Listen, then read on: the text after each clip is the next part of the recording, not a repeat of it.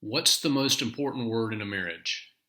The most important word in a marriage.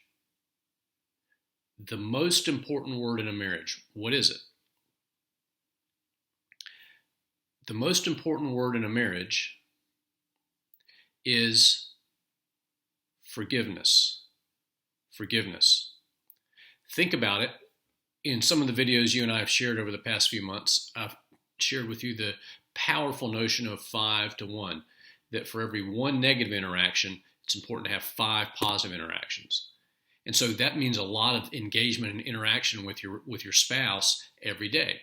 And in all those times that you're turning toward your spouse, instead of ignoring her or turning a cold shoulder or saying something unkind, there's going to be a lot of opportunities to do good things.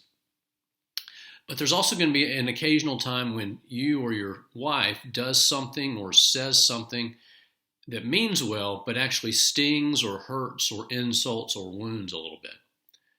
Something that disappoints you.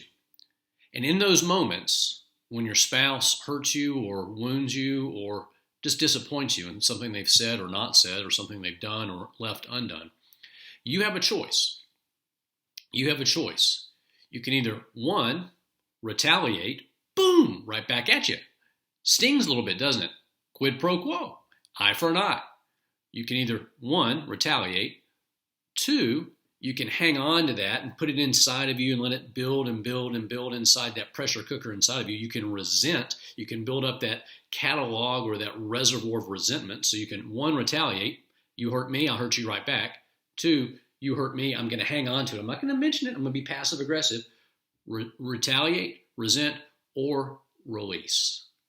That's what forgiveness is. Forgiveness doesn't ignore the hurt or the wound.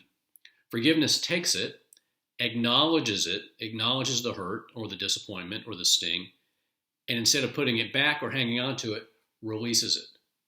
That's what forgiveness and grace do. Absorb and release. Because in all those interactions every day, there are going to be times when you realize that you married an actual human being and that she's imperfect.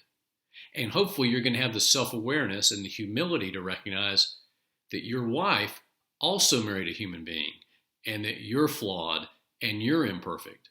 And so the grace and forgiveness that you show her, you're also showing to model and also in hopes that she'll show the same thing for you. So you show me a marriage where forgiveness and grace are sprinkled all over it like Parmesan and oregano on a pizza very generously and very liberally, and I'll show you a marriage that's going to go the distance. Not going to be perfect, but it's going to go the distance. You show me a marriage where forgiveness and grace are stingily hoarded and clung to and just dispensed every once in a blue moon, and I'll show you a marriage that's going to really gasp for oxygen and struggle to make it to the finish line. The most important word in a marriage is forgiveness.